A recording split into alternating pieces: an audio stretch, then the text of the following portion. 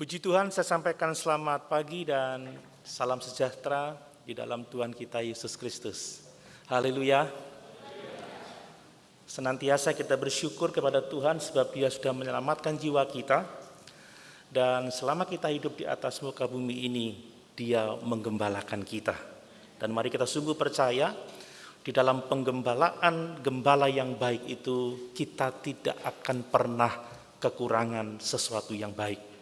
Hidup boleh ada pergumulan, boleh ada persoalan, tetapi Tuhan selalu menyediakan jalan keluar bagi kita.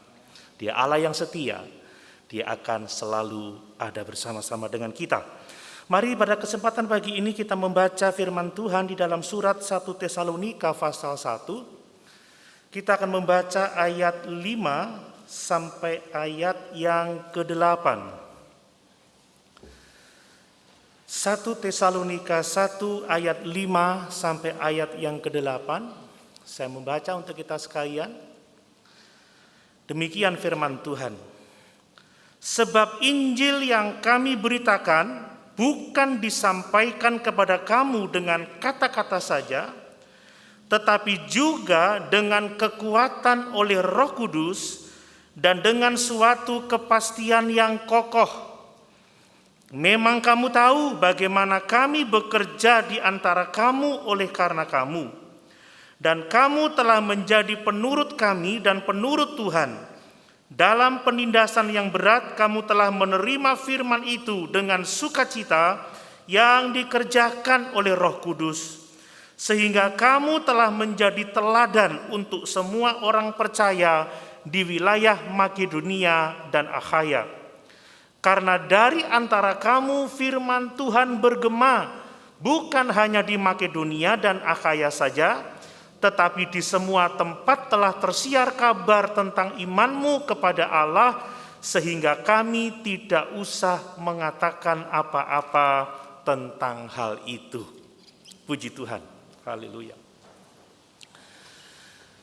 Minggu lalu saya telah mengemukakan tentang kekristenan yang sejati. Kita belajar bersama-sama seorang Kristen sejati adalah seorang yang menjadi Kristen karena Injil dan karena pertobatan. Amin. Menjadi Kristen itu bukan oleh karena alasan-alasan selain kita mendengar berita Injil, percaya, dan meresponnya dengan pertobatan. Banyak orang yang menjadi Kristen karena urusan ekonomi. Banyak orang yang menjadi Kristen karena menginginkan kehidupan yang jauh lebih baik. Banyak orang yang menjadi Kristen karena alasan kesehatan, karena alasan kemapanan, karena alasan kemakmuran. Itu bukan Kristen yang sejati. Seorang Kristen yang sejati dia menjadi Kristen karena dia menerima Injil yang benar dan meresponnya dengan pertobatan.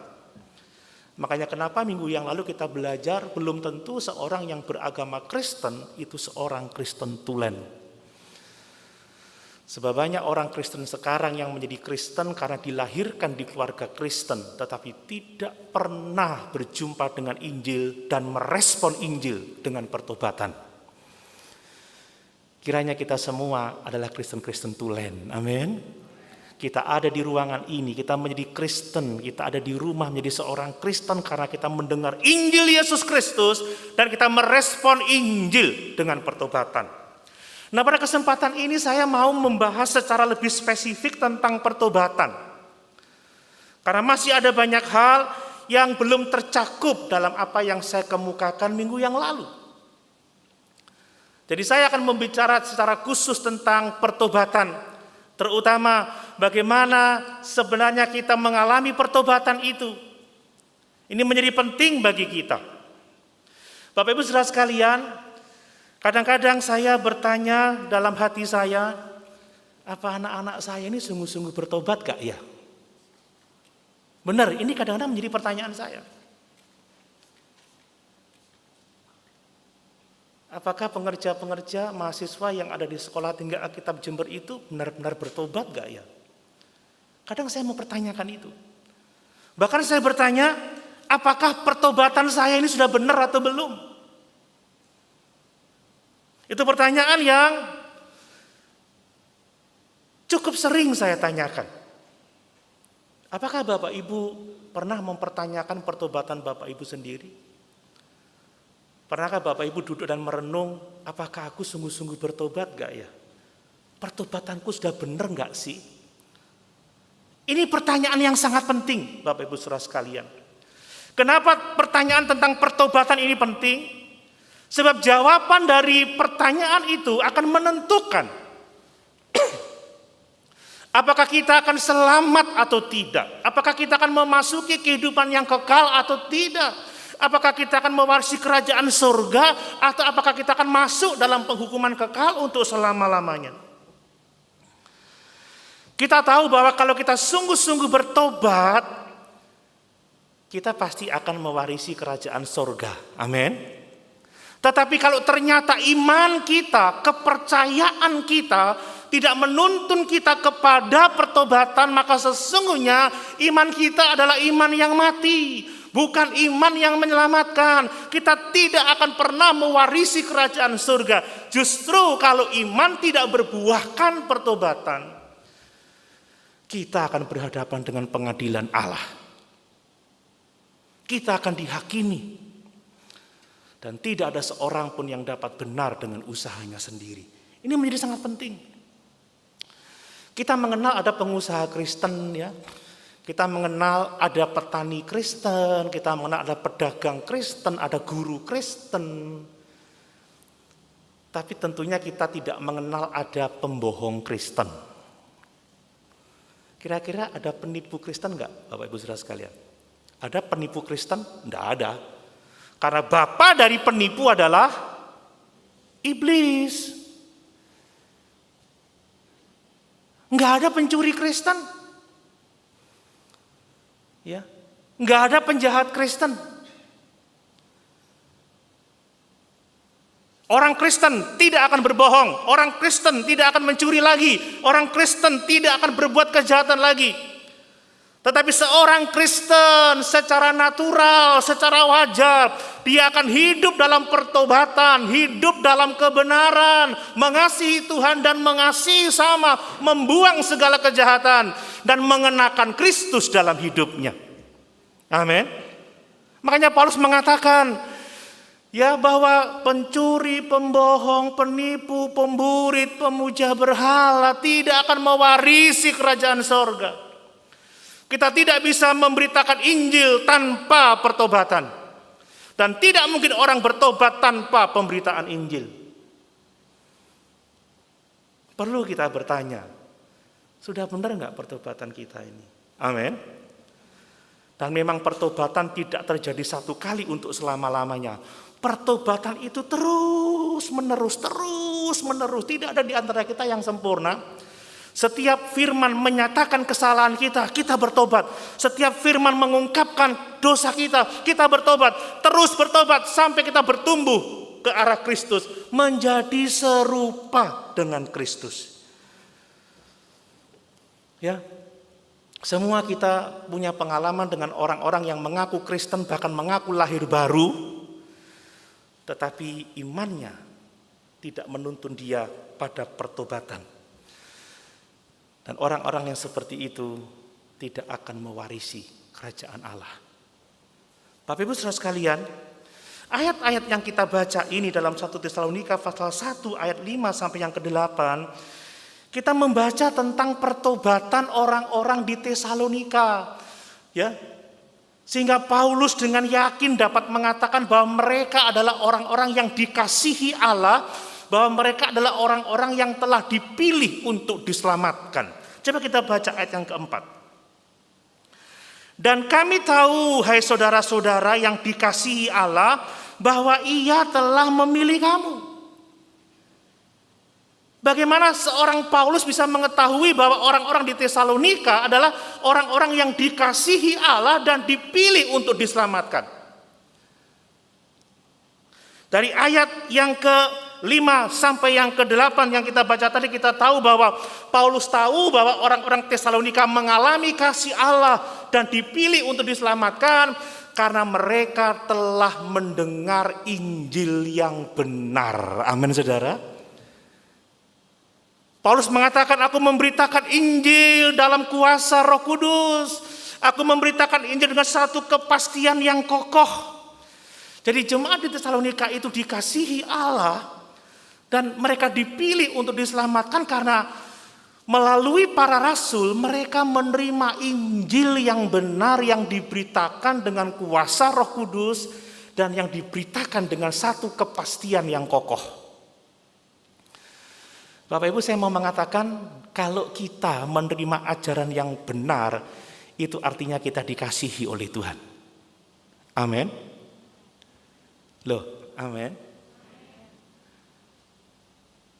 Kalau kita ini kepada kita diberitakan Injil yang benar dengan kuasa Tuhan, itu artinya Tuhan sayang sama kita.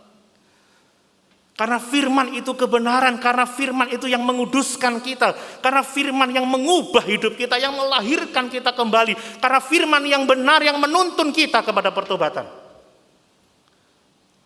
Makanya bersyukurlah kalau di mimbar ini diberitakan ajaran yang sehat. Amin. Bapak Ibu ikut bisa menjadi penjaga bagi para pendeta, ikut membaca, ikut memperhatikan. Saya bisa salah, ya kadang-kadang ya. Siapa yang mengoreksi? Bapak Ibu yang mendengarkan pemberitaan saya, yang juga ikut mengikuti pembacaan firman Tuhan. Jadi kalau kepada kita diberitakan Injil yang benar dengan kuasa Tuhan, diberitakan firman kebenaran Alkitab yang murni, itu artinya Tuhan sayang sama kita. Apa yang terjadi kalau kita disesatkan? Kita akan binasa. Tapi kalau kita dituntun di jalan yang benar oleh karena namanya, itu artinya kita dikasihi oleh Tuhan, kita dipilih oleh Tuhan. Jangan hanya berpikir kalau apa yang kita mau diberi Tuhan itu kita dikasihi Tuhan, tidak. Tapi kalau Tuhan menegur kita, menghajar kita dengan kebenaran, itu artinya Allah mengasihi kita. Saudara, Allah menyayangi kita dengan menegur, menghajar, menasihati kita supaya jalan kita benar. Ingat, ada banyak jalan yang disangka orang lurus tetapi ujungnya kepada maut. Makanya kalau Tuhan mengajarkan kepada kita firman yang benar, Injil yang benar, Allah mengasihi kita dan Allah memilih kita untuk diselamatkan. Makanya hati-hati saudara, di zaman sekarang ini ada banyak ajaran yang belum tentu benar. Memang kalau eksposisi Alkitab kadang membosankan ya. Dulu saya sering dikatakan, wah kalau Om Doni baca teks bisa 1 pasal, bisa 2 pasal. Bosan bacanya. Loh saudara, daripada saya membaca 1 ayat saya ngomongnya ngawur-ngawur, saya cerita ngalor ngidul. Kita perlu firman Tuhan. Amin. Tanda Allah mengasihi kita, tanda Allah memilih kita untuk diselamatkan. Makanya beri waktu untuk mendengar firman, beri waktu untuk belajar firman. Ya, jangan pelit. Ya, banyak orang yang mengaku Kristen tetapi waktunya dihabiskan untuk menonton hal-hal sampah di YouTube. Untuk menonton hal-hal sampah yang tidak berkata kebenaran di media-media sosial. Kadang membaca postingan orang bisa 2 jam tidak terasa, tapi dengar khotbah 1 jam sudah rasanya panas ini pantat. Ingat saudara, kalau Tuhan menyatakan kebenaran kepada kita, artinya Tuhan mengasihi kita dan Dia memilih kita untuk diselamatkan. Yang berikutnya saudara, bagaimana Paulus bisa yakin bahwa orang-orang percaya di Tesalonika adalah orang-orang yang dipilih oleh Allah untuk diselamatkan, orang-orang yang dikasihi oleh Allah, sebab mereka merespon Injil dengan pertobatan. Merespon Injil dengan ketaatan kepada Tuhan, saudara ya. Ayat 6 sampai ayat yang ke-8. Dan kamu telah menjadi penurut kami dan penurut Tuhan.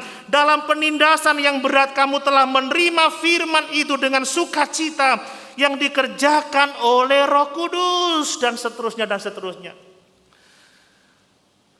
Saudara, jangan berpikir bahwa Tuhan mengasihi kita tanpa syarat loh saudara ya. Kita harus memperhatikan hidup. Oh, enggak apa-apa. Kamu mau tetap mencuri, Tuhan mengasihi kamu. Kamu mau terus menipu, Tuhan mengasihi kamu. Kamu mau terus melakukan kejahatan, Tuhan mengasihi kamu. Tuhan mau kamu senang, Tuhan kamu mau masuk surga. Oh, tidak begitu, saudara. Saudara mau menikmati kasih Tuhan? Taat, dengar-dengaran. Hati-hati dengan berita sekarang. Tuhan mengasihimu tanpa syarat. Tuhan tidak akan mengubah hidupmu. Tetaplah seperti kamu ada. Yang melacur, silakan melacur. Kamu akan diselamatkan. Yang mencuri, terus mencuri. Yang suka marah-marah, terus marah-marah. Gitu, saudara. Hati-hati. Kita perlu memperhatikan hidup kita. Kata Paulus pada Timotius, awasilah hidupmu, awasilah ajaranmu. Ingat, orang yang takut akan Tuhan, dia hidup menurut jalan yang ditunjukkannya. Amin. Jadi jemaat di Tesalonika adalah jemaat yang dikasihi dan dipilih untuk diselamatkan. Karena apa? Karena mereka merespon firman, merespon Injil dengan pertobatan. Sebab tanpa pertolongan Tuhan tidak ada seorang pun yang mampu percaya. Tanpa pertolongan Tuhan tidak ada seorang pun yang dapat bertobat. Jadi kalau kita masih bertobat, masih menanyakan pertobatan kita, tandanya Roh Kudus bekerja dalam kehidupan kita. Mari saya ajak kita untuk meneliti dua hal besar itu. Saya mau menyampaikan secara detail. Mari kita mempelajari bersama-sama. Yang perhatikan. Yang pertama perhatikan bahwa pertobatan sejati itu terjadi karena kita menerima pemberitaan Injil dari orang-orang percaya dengan kuasa Roh Kudus. Jadi kita akan mengalami pertobatan yang sejati kalau kita mendengar Injil yang diberitakan oleh orang-orang percaya dengan kuasa Roh Kudus. Bukan dari khotbah-khotbah yang filsafat manusia. Bukan dari kata-kata dorongan, motivator. Orang-orang yang hebat, kalau ngomong memang enak, tapi belum tentu firman yang diberitakan. Pertobatan saya hanya mungkin terjadi kalau saya mendengar firman yang disampaikan oleh orang-orang yang mengasihi Tuhan dengan kekuatan Roh Kudus. Amin. Ini yang perlu kita perhatikan. Ayat 5, saudara. 1 Tesalonika 1 tadi, sebab Injil yang kami beritakan bukan disampaikan kepada kamu dengan kata-kata saja, tetapi juga dengan kekuatan oleh Roh Kudus dan dengan suatu kepastian yang kokoh. Jadi Paulus, seorang beriman, seorang yang mengasihi Tuhan, memberitakan Injil kepada jemaat di Tesalonika dengan kuasa Roh Kudus, dengan keyakinan yang kokoh, sehingga orang-orang di Tesalonika mengalami pertobatan. Jadi pertobatan itu harus melalui perjumpaan dengan firman Allah. Tidak ada jalan lain. Makanya kenapa kita harus membaca Alkitab. Mengapa kita harus mendengarkan khotbah-khotbah Alkitabiah?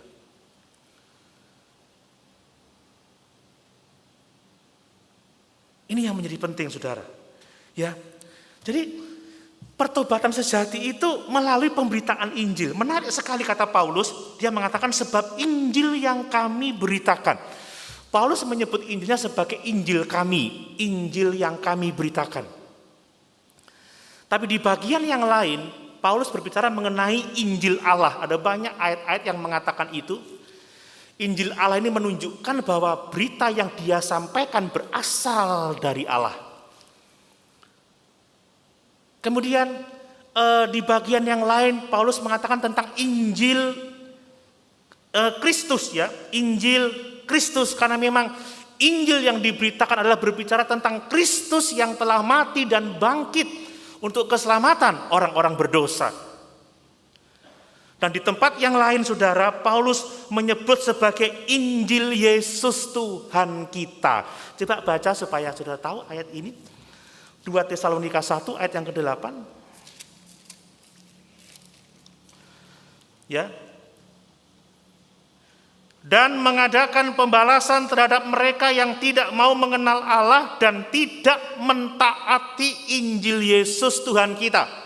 Ya, Injil Allah, Injil Kristus, Injil Yesus Tuhan kita. Artinya apa? Bahwa berita yang disampaikan adalah berita tentang Yesus yang adalah firman yang menjadi manusia, yang adalah Allah yang menjadi manusia. Jadi percaya Injil artinya kita percaya kepada Yesus sebagai Tuhan dan juru selamat kita secara pribadi. Ini yang akan membawa pertobatan sejati, saudara. Dan yang menarik dalam ayat ini adalah bahwa Paulus mengatakan Injil yang kami beritakan. Mengapa dia tidak mengatakan Injil Allah, Injil Kristus, Injil Tuhan, Injil Yesus Tuhan kita, tetapi Injil yang kami beritakan. Dia sedang mengacu kepada pengalamannya sendiri dalam menerima Injil. Dan dia sedang mencerminkan bahwa Injil itu dipercayakan kepadanya untuk disampaikan kepada orang-orang berdosa. Saudara, seorang pemberita Injil harus mempunyai pengalaman dengan Injil. Amin. Harus menerima Injil dulu, harus bertobat dulu, baru bisa memberitakan Injil. Sebelum mengajarkan firman harus belajar melakukannya dulu. Baru ada kuasanya, saudara. Perhatikan bahwa Injil disampaikan melalui kata-kata. Ya. Tetapi kata-kata yang disertai dengan kuasa. Orang-orang sekarang banyak begini. Tidak usah kita menginjil dalam kata-kata. Teologi tidak penting. Yang penting kita berbuat baik, kasih sembako, kasih uang. Yang penting perbuatan kita mencerminkan kekristenan. Tidak bisa, saudara. Injil harus disampaikan dengan kata-kata yang jelas supaya orang mengenal Yesus, mengenal dosanya dan percaya bertobat kepada Yesus. Amin. Sudah, sosial gospel aja. Yang penting ini sembako dari orang Kristen. Ini pemberian dari kita orang percaya. Tidak usah ngomong Injil, tidak usah perlu menjelaskan firman. Keliru, saudara. Injil itu disampaikan dengan kata-kata supaya orang mendengar, orang mengerti, dan orang bertobat. Kadang istri saya kalau sedang kami sedikit debat, berselisih paham, kemudian saya menjawab, memang pendeta kakean ngomong, pinter ngomong. Kalau saya nggak bisa ngomong, nggak bisa khotbah, saudara ya. Amin. Saudara suka mendengar kata-kata saya? Suka? Apa saya tidak perlu ngomong di sini hanya diam aja? Nggak mungkin kan? Ya pendeta harus cerewet yang benar.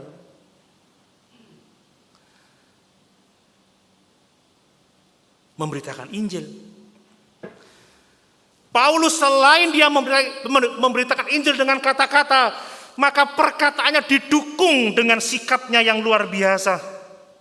Ya, dikatakan bahwa memang kamu tahu bagaimana kami bekerja di antara kamu oleh karena kamu. Jadi Injil harus disampaikan dengan jelas melalui perkataan, melalui penjelasan. Dan Injil yang kita beritakan harus ditopang dengan kesaksian hidup yang benar, saudara. Itulah Injil yang harus kita sampaikan. Karena Injil itu berbicara mengenai apa? Fakta bahwa kita telah berdosa kepada Tuhan. Fakta bahwa Yesus telah mati karena dosa-dosa kita. Bahwa dia telah dikuburkan dan dibangkitkan pada hari yang ketiga sesuai dengan kitab suci. Tanpa Yesus mati dan dikuburkan, tidak ada pengampunan dosa. Tanpa kebangkitan Yesus, tidak ada keselamatan. Tidak ada kepastian hidup yang kekal.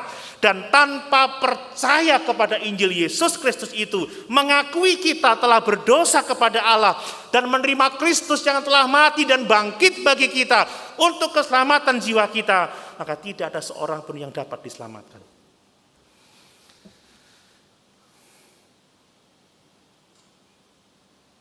Injil harus disampaikan dengan kata-kata.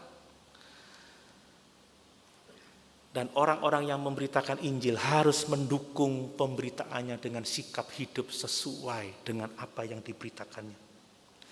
Jadi agar pertobatan itu terjadi, kita harus memberitakan Injil dengan jelas, dengan kata-kata yang dapat dipahami orang.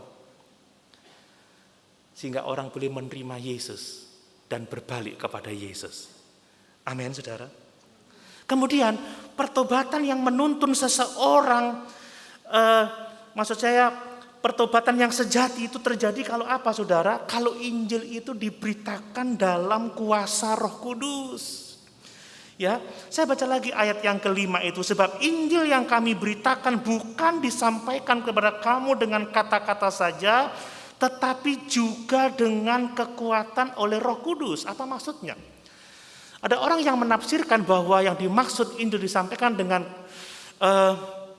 kekuatan oleh Roh Kudus adalah tatkala orang-orang memberitakan Injil di Tesalonika, maka Allah menyertai dengan tanda-tanda heran, dengan tanda-tanda mujizat. Saya pikir tidak salah juga, karena memang Tuhan seringkali membela pemberita-pemberita Injil, menyatakan kebenarannya dengan melakukan mujizat-mujizat. Tetapi saya pikir, saudara, yang dimaksud adalah dengan kekuatan oleh Roh Kudus adalah bahwa di dalam setiap pemberitaan Injil, Allah itu bekerja di dalamnya sehingga orang merespon dengan pertobatan. Amin. Jadi tatkala saya memberitakan Injil, ada kesaksian saya secara verbal, kemudian ada kesaksian Roh Kudus dalam hati orang itu.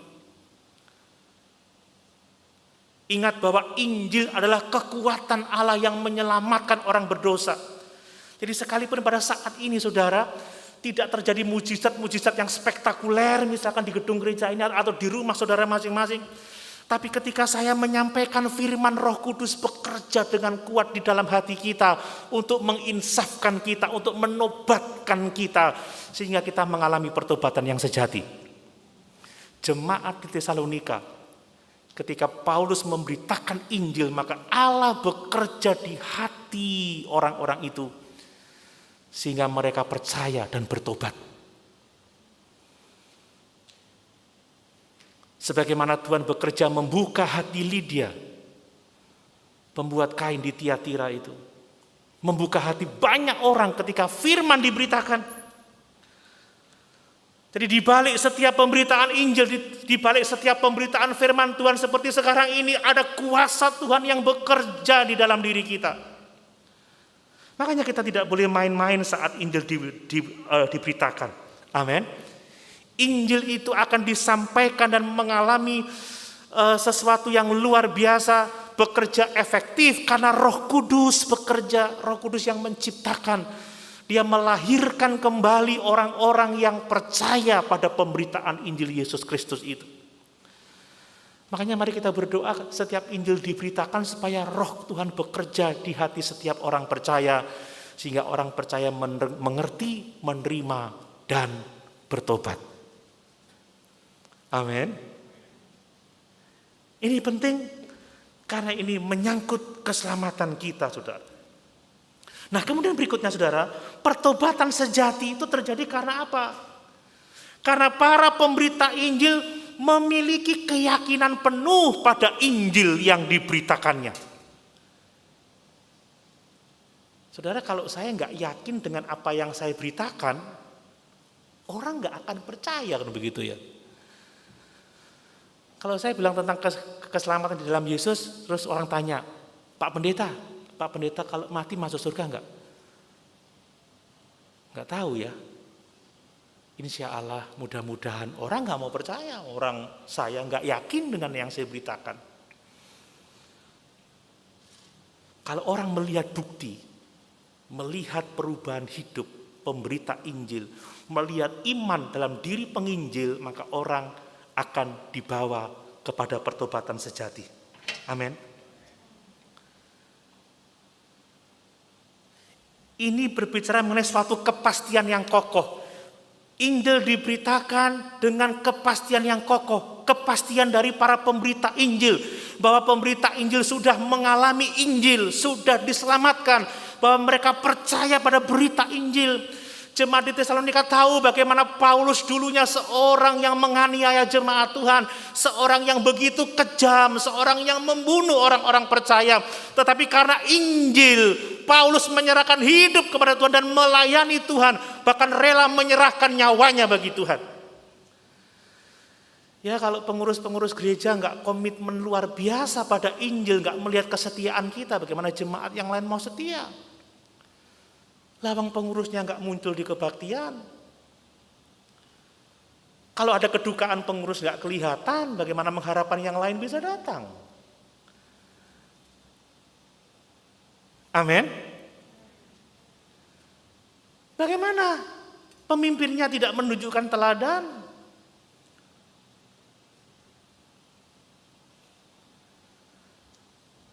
Saudara, ini tanggung jawab kita. Kita ingin jadi berkat, tapi kalau kita nggak mengalami pertobatan sejati, kita tidak bisa menolong orang lain hidup dalam pertobatan. Jadi Allah menggunakan pengalaman pertobatan Paulus untuk menjadikan dia efektif dalam memberitakan Injil Yesus Kristus. Demikian juga kalau kita percaya Yesus, kita bertobat, kita lahir baru, kita yakin dengan apa yang kita beritakan, Tuhan akan memakai kita dengan luar biasa. Amin. Mari Bapak Ibu, ini ciri-ciri petobat sejati seperti itu. Ya. Kemudian bahwa pertobatan sejati itu akan terjadi tatkala Injil diberitakan oleh orang-orang yang memiliki integritas, Saudara. Paulus mengatakan, memang kamu tahu bagaimana kami bekerja di antara kamu oleh karena kamu.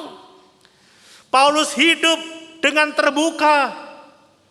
Jemaat menyaksikan kebaikan hatinya. Jemaat menyaksikan ketulusan pelayanannya. Dia tidak melayani untuk menyenangkan manusia, tetapi dia melayani untuk menyenangkan Tuhan. Dia tidak mau menjadi kaya karena Injil, tetapi dia rela menderita karena Injil.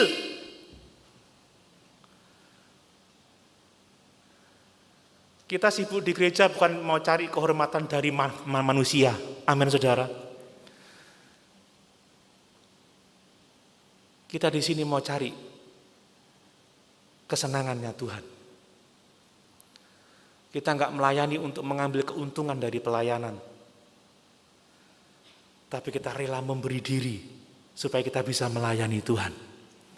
Itu yang membawa jiwa-jiwa kepada Yesus, Saudara. Ya, jadi kalau orang yang belum benar-benar bertobat, berusaha melayani, justru akan lebih banyak membuat kerusakan daripada keuntungan bagi pekerjaan Tuhan. Makanya seorang pemimpin jemaat tidak boleh seorang yang baru bertobat. Ya. Saudara, ya wah, kalau melayani luar biasa, pimpin pujian semangat, berkhotbah semangat, tetapi rumah tangganya berantakan, hidupnya penuh dengan kebohongan, melakukan kejahatan, justru orang nggak akan datang kepada Yesus. Tapi kalau pelayan-pelayan punya integritas, hidup untuk Tuhan, bukan hidup untuk mencari kesenangannya sendiri, mencari kehormatan dari manusia, tidak mencari keuntungan dari pelayanan, maka akan ada banyak jiwa-jiwa yang dimenangkan untuk kemuliaan Tuhan. Amin. Bapak Ibu, mari kita mau hidup seperti apa yang dikatakan oleh firman Tuhan ini, supaya ada petobat-petobat sejati yang pada akhirnya kita semua akan mewarisi kerajaan surga. Saya tidak menakut-nakuti saudara, tapi memang tidak ada yang pasti selain kematian. Ya, sekarang ini COVID melonjak di mana-mana. Rumah sakit sudah banyak yang penuh, kematian semakin bertambah. Ingat, tidak ada yang lebih pasti daripada kematian. Maka pastikan bahwa kita punya pertobatan yang sejati. Amin. Kapanpun Tuhan memanggil kita, kita akan masuk dalam kemuliaan kekal. Nah, yang kedua saudara, bahwa petobat yang sejati itu menghasilkan perubahan hidup.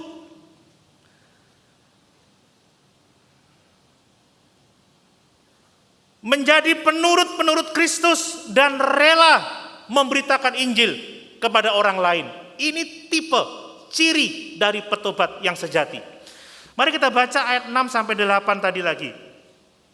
Dan kamu telah menjadi penurut kami dan penurut Tuhan. Dalam penindasan yang berat kamu telah menerima firman itu dengan sukacita yang dikerjakan oleh Roh Kudus, sehingga kamu telah menjadi teladan untuk semua orang yang percaya di wilayah Makedonia dan Akhaya. Karena dari antara kamu firman Tuhan bergema bukan hanya di Makedonia dan Akhaya saja, tetapi di semua tempat telah tersiar kabar tentang imanmu kepada Allah, sehingga kami tidak usah mengatakan apa-apa tentang hal itu. Perhatikan saudara, ada beberapa hal yang luar biasa dari ayat 6 sampai yang ke-8 ini. Bahwa seorang petobat sejati dia akan menjadi penurut-penurut Tuhan. Amin. Seorang petobat sejati karena dia ingin menuruti Tuhan, maka dia ingin menjadi seperti Tuhan. Saudara, kalau kita menurut Yesus, kita akan menjadi seperti Yesus. Tapi kalau kita menurut dunia, kita akan menjadi seperti dunia. Ketaatan kita menentukan apakah kita akan menjadi seperti Yesus atau tidak. Nah, petobat sejati itu menuruti Allah, saudara. Menuruti teladan yang baik. Paulus berkata bahwa engkau telah menjadi penurut kami dan penurut Tuhan. Luar biasa ya, Paulus mengatakan engkau menjadi penurut kami. Apakah Paulus berkata sombong kalau dia mengatakan engkau menjadi penurut kami? Saudara, tidak. Pada dasarnya kita ini adalah panutan. Apakah panutan dalam perbuatan baik atau panutan dalam perbuatan yang tidak baik? Setidaknya kita adalah orang tua menjadi panutan bagi anak-anak kita. Anak-anak itu hidup sesuai dengan teladan yang kita berikan. Entahkah itu baik, entahkah itu jahat. Semua kita adalah teladan, saudara ya.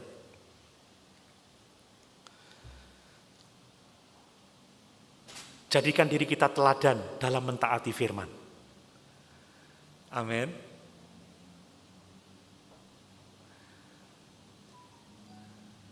Nah, kalau pada masa pandemi, papa mama sudah nggak peduli ibadah, live streaming enggak, ke gereja enggak, ya anaknya ngikut, saudara.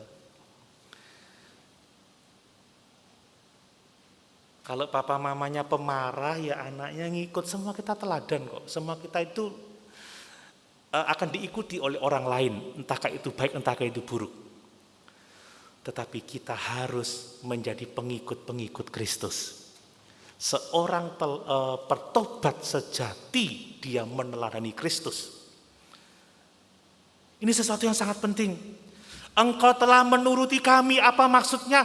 Kok menuruti Paulus dulu baru menuruti Tuhan? Kayaknya kok seperti terbalik, padahal tidak terbalik ya.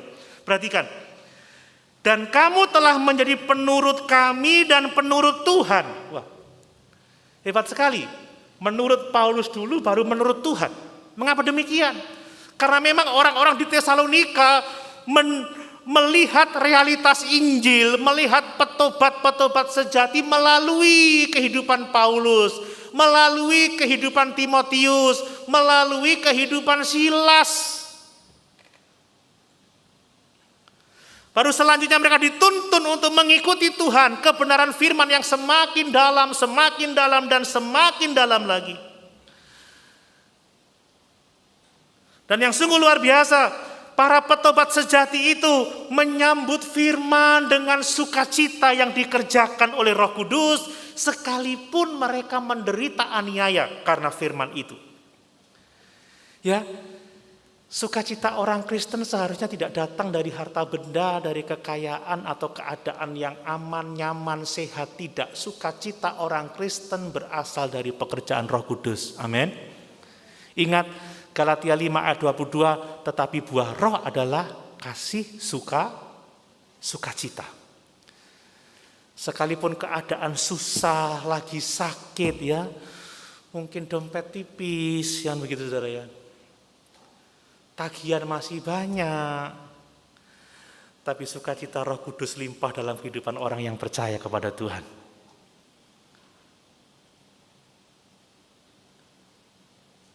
Kalau kita nurut dunia, siapa yang bisa senang? Tidak ada. Tapi anak Tuhan selalu bersuka cita, karena itu adalah buah dari pekerjaan Roh Kudus. Jadi orang percaya harus dituntun di dalam iman. sukacita melalui penderitaan. Sukacita melalui kesukaran karena Injil, saudara. Tapi banyak pengkhotbah-pengkhotbah palsu mengatakan kalau engkau ikut Tuhan, penderitaanmu diangkat, tidak ada persoalan, tidak ada beban, tidak ada masalah. Itu bohong, saudara. Yang benar orang Kristen dituntun untuk bersukacita sekalipun dalam penderitaan. Amin. Saudara kalau tidak percaya baca lagi ayat-ayat ini. Atau saya akan menunjukkan banyak ayat tentang itu. Dalam Matius pasal 5 ayat 11 sampai 12 Yesus berkata, "Berbahagialah kamu jika karena aku kamu dicela dan dianiaya dan kepada kamu difitnahkan segala yang jahat." Saudara mau berbahagia karena aniaya seperti ini? Haleluya. Oh, jadi Kristen enak, senang, bebas dari segala masalah, nggak ada. Saudara, Yesus mengatakan berbahagia jika kamu dicela dianiaya karena aku. Dalam Kisah Rasul pasal 14 ayat 22, Paulus berkata bahwa untuk masuk ke dalam kerajaan Allah kita harus mengalami banyak sengsara. Nah, kalau ikut Kristen bukan karena Injil, bukan karena Yesus, bukan karena bertobat, tapi karena kesenangan, karena hal-hal yang lain, orang nggak akan mau ayat ini, saudara. Ini ayat yang paling dibenci oleh teologi kemakmuran. Karena Paulus berkata bahwa untuk masuk ke dalam kerajaan Allah kita harus mengalami banyak sengsara. Tapi dalam kesengsaraan orang Kristen dapat bersukacita. Amin. Ini pikiran Kristus, ini bukan pikiran saya.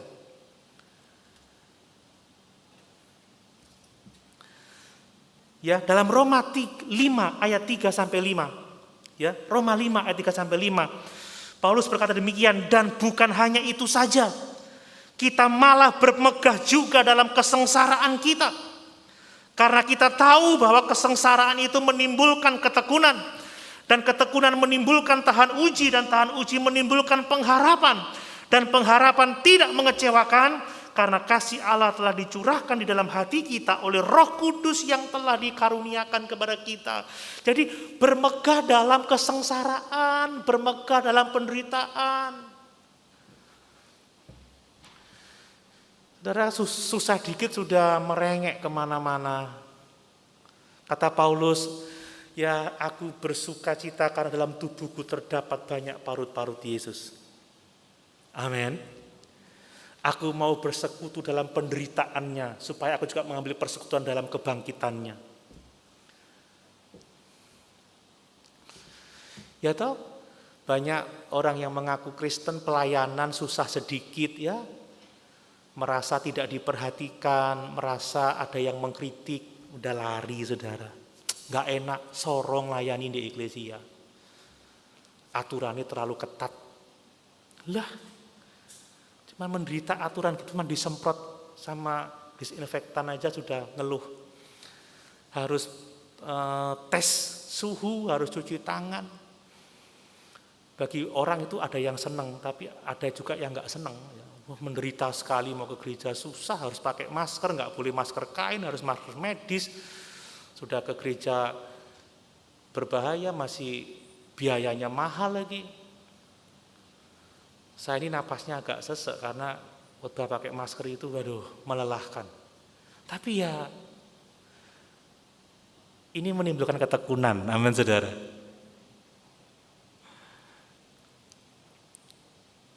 Kadang lupa pendetanya nggak nyapa aja sudah nggak mau datang lagi.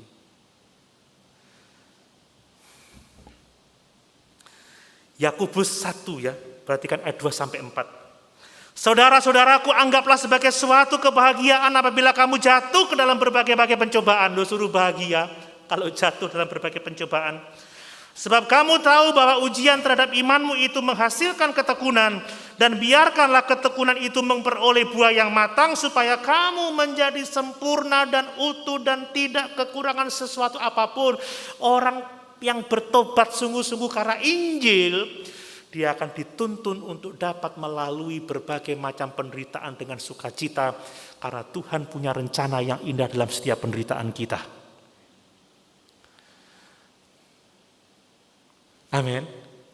Saudara, kadang belum karena aniaya saja orang sudah ngeleyor ya, kata bahasa Jawa itu. Udah nggak seken langkai. Oh, gak enak parkirnya ado lah, parkir ado titik ayo. Kalau di hotel parkir di ujung ya mau jalan, di gereja nggak mau parkir agak jauh. Misalkan itu. Amin. Kadang hitung-hitungan masalah jam. Waduh, jam 9 tidak bisa, jam 6 aja. Pas jam 6 kisuen, jam 10 aja. Udah ada bener ya, saudara. Wah, nggak enak kalau live streaming. Tergantung orangnya, saudara. Amin.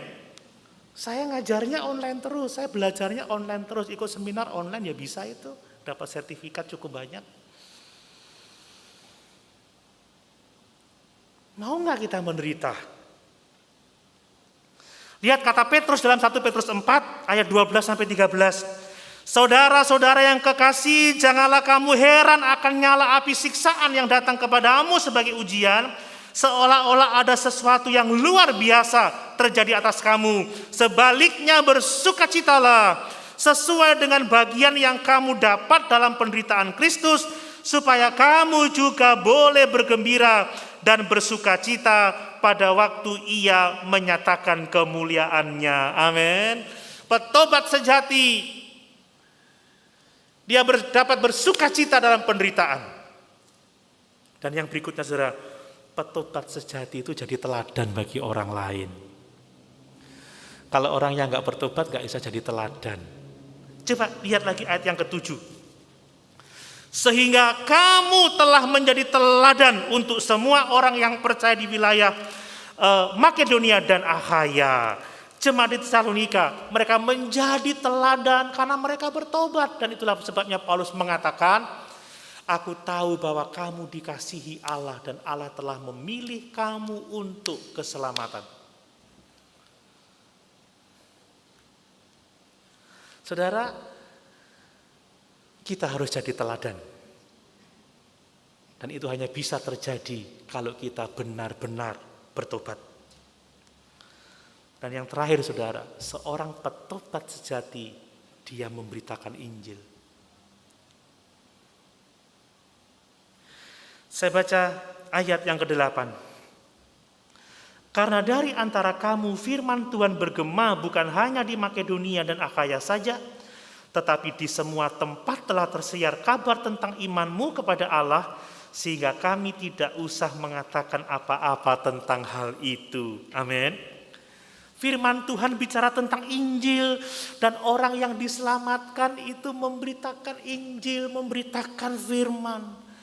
Ya, kalau orang bertanya, "Duh, kamu kok bisa kelihatan sukacita ya di tengah-tengah masa?" Ya, karena Yesus sudah menyelamatkan saya. Itu sudah menginjil. Amin, saudara.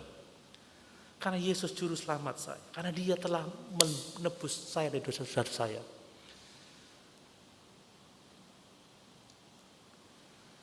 Saudara, kalau kita menceritakan hobi kita, seneng kan, wih, aku duwe manuk, aku duwe kolam, aku duwe ini, tapi aku punya Yesus jarang diceritakan.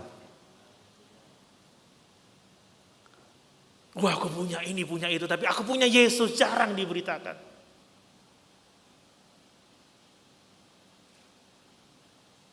Mari, saudara, kita mau jadi petobat-petobat sejati dan menolong orang lain untuk mengalami pertobatan yang sejati. Jadilah teladan, beritakanlah Injil, supaya ada jiwa-jiwa dijangkau, ada jiwa-jiwa dimenangkan untuk kemuliaan Tuhan Allah kita. Amin. Mari sama-sama kita